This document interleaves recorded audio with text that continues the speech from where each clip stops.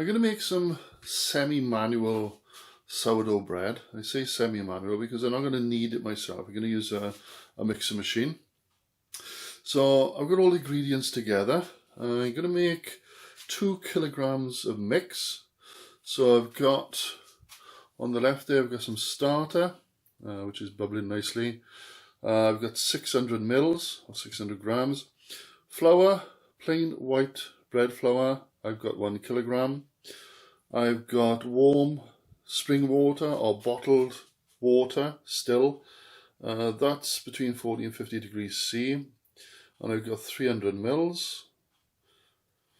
Also the front here I've got some salt, 3 teaspoons, 2 tablespoons of caster sugar, and I've got 4 tablespoons of oil. Now the oil I'm using today is rape oil, organic rape oil, but it has got butter flavouring, or natural butter flavouring.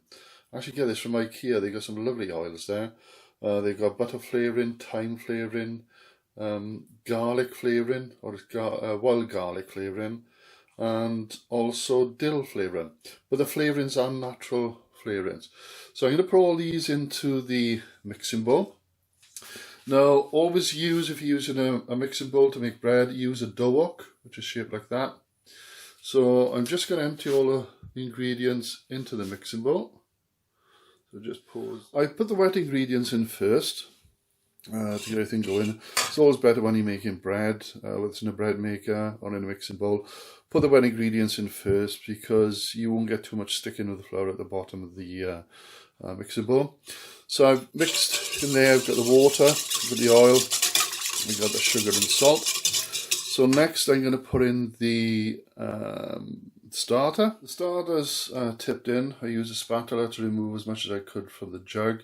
Let's just empty in the flour. I'm not going to mix it there. I'll let the machine do the mixing.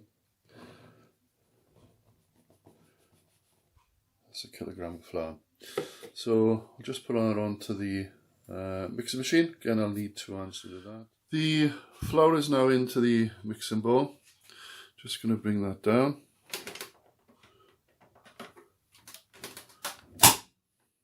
Okay.